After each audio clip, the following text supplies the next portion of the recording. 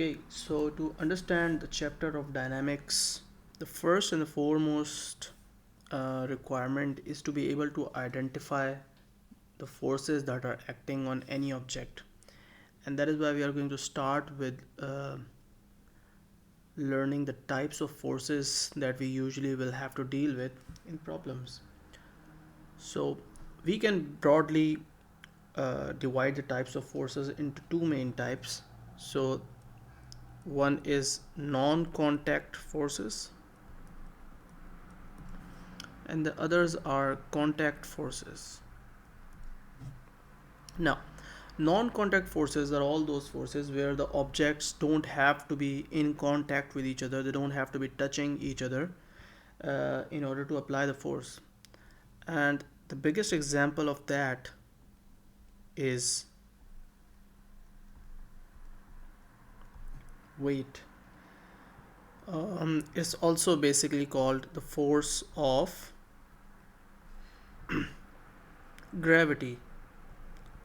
It is a force that is acting on you due to gravity. Now, gravity doesn't only exist on Earth.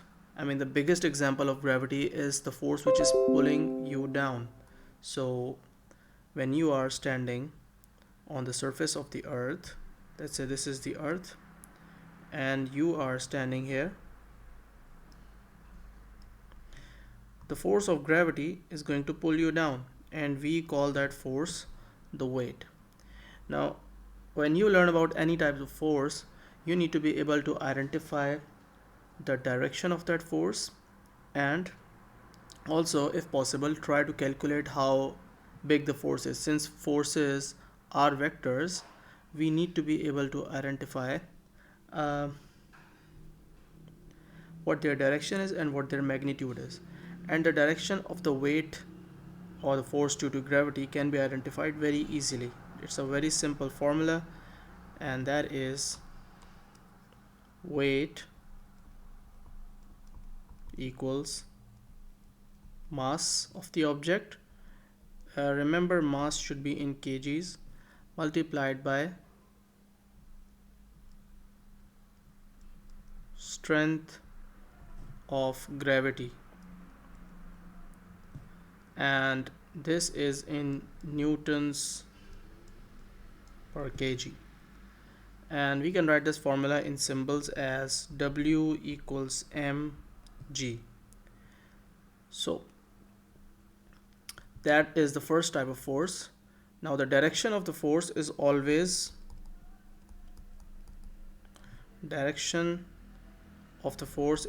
going to be downwards. In fact, it must be vertically downwards.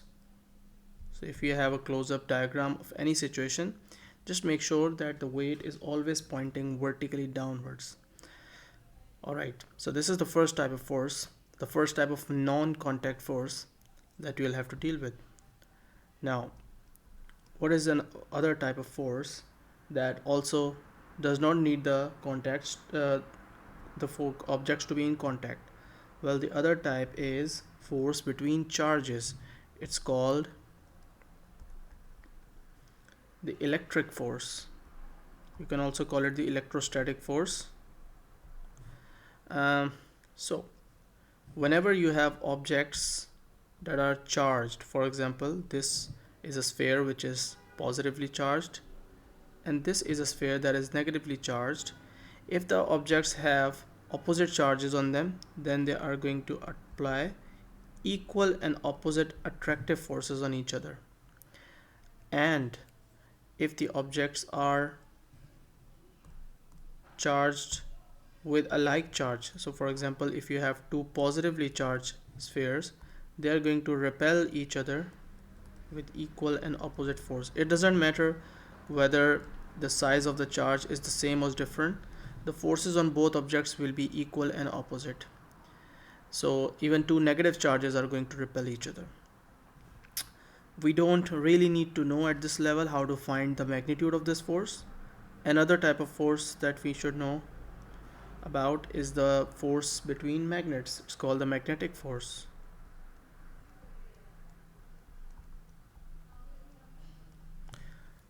And again, you don't need the objects to be in contact with each other. This force can also be repulsive or attractive. So if you have a north pole of a magnet facing the south pole of another magnet, these are going to apply a force of attraction on each other, and this force will be equal and opposite. However, if you have a south pole facing another south pole, these must apply a repulsive force on each other. And again, doesn't matter which magnet is the stronger one, the force will be equal and opposite.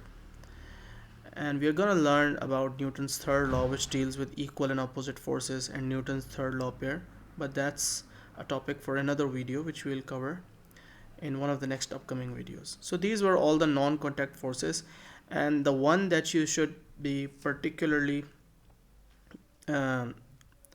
focused on is this one, the force of the force which we call weight, or the force of gravity. And you should remember that it's always downwards, and you should remember how to find this force out in order to solve problems. Now remember, this value of G on earth is 10 newtons per kg. That is only for near earth situations, and these are mostly the situations that we will be dealing with in problems, so it is required that you remember this value, and you are expected to memorize this. Alright, now let's talk about contact forces for a minute. What is the first type of contact force that you can think of? Well, if you are watching this video on a laptop, or if you are watching this video on your phone, and the phone is, let's say, lying on the table, or the laptop is lying on top of a table like this. If this is your table, and let's say this is your laptop sitting on the table, why isn't the laptop falling down? We just studied that there is a force of weight acting on laptop, right? There is always a downward force acting on the laptop. So why isn't the laptop falling down? What's keeping this laptop up?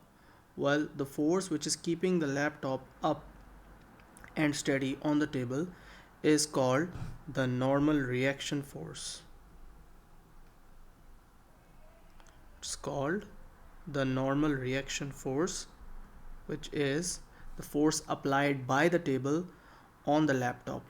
And this force, well, let's get rid of the force of weight here, and this force is always going to be applied by the surface, and the direction of this force is always going to be perpendicular or normal to the surface, hence the word normal. Normal basically just means 90 degrees from the surface. So if I measure the angle between the force and the surface which is applying the force, the angle is always going to be 90 degrees. This is the normal reaction force. We can show it with an R, or we can show it with an N, but the symbol does not really matter as long as you get it right.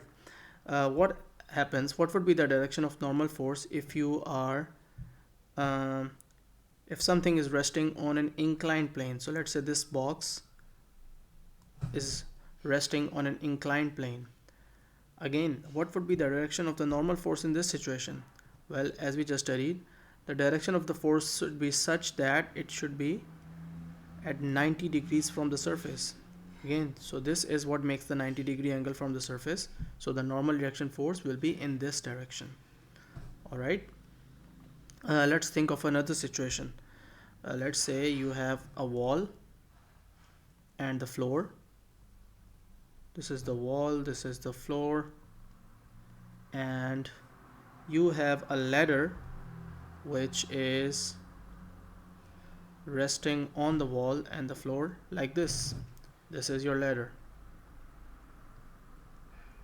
Could we figure out the direction of the normal reaction force in this diagram? There are two places where the normal reaction force is taking place. One is applied by the wall on the ladder, and the other one is applied by the floor on the ladder. Since the floor is horizontal, the force that it will apply on the ladder will be a vertical force. And since the wall is vertical, the force that it will apply on the ladder, which is the normal reaction force, is going to be horizontal, perpendicular to its surface, normal to its surface. So now we know how to figure out the direction, or how to draw the normal reaction force in different situations. Now let's talk about another force, which is friction. And friction is something that we are all aware of. We all experience it almost every second of our life, and we are going to make a very detailed video about friction. What are its advantages, or what are its disadvantages, and what are the situations in which you might see friction. But in very short words, friction is always there whenever two surfaces slide or are about to slide against one another, or are about to slide against each other. That's when you will witness friction. So for example, if this is the floor and you have an object which you want to slide that box across the floor. When you move this box to the right, if the box moves to the right, the direction of friction will be opposite to that motion. So it will be in a direction, it will act along the floor, and it will be always opposite to the motion. I like to mention friction with a small f, but it can be done with a capital F as well. As long as you don't confuse it with other forces, you can represent friction with any letter that you want, but I like to mention it with a small f. You always have to remember that the direction of friction is such that it is always going to be parallel to the surface and opposite to the motion. So for example, if we had this surface and this was the box, and let's say the box was sliding down the slope, what would be the direction of the friction? The direction of friction will be again opposite to the motion but parallel to the surface. This will be the direction of the friction along the floor. So friction is always associated with roughness. The rougher the surface, the more friction there is going to be. There is no surface in the universe which is perfectly smooth. Friction is always there. Although in many of the problems, when they mention the surface is smooth, or they just right out say that you have to ignore the effects of friction, then you don't consider friction in those problems. But in reality, friction is always there, and it has its disadvantages but as well as advantages, because it's necessary for us to perform many daily life functions. Another common force that you should be aware of is tension. So the force of tension is usually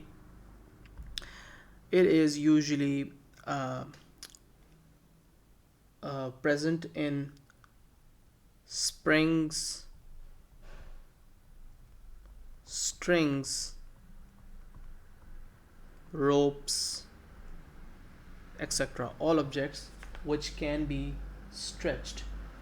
So when let's take another very simple example of the box, and we'll bring the box up again and again in this chapter because that's the simplest example that I can think of.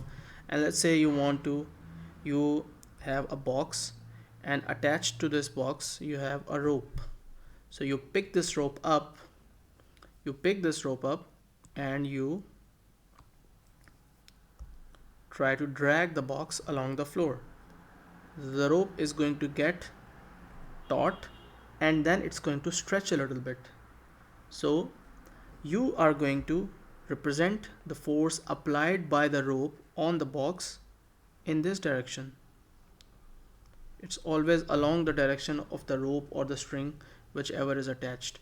If you are pulling the box towards the right, that will be the direction of tension. However, the direction of tension can sometimes be confusing. Now let's consider the box again, but this time we're not going to draw the box, and we're just going to draw the person who was actually uh, pulling on the rope in order to drag the box. So let's say this was the person, this is you trying to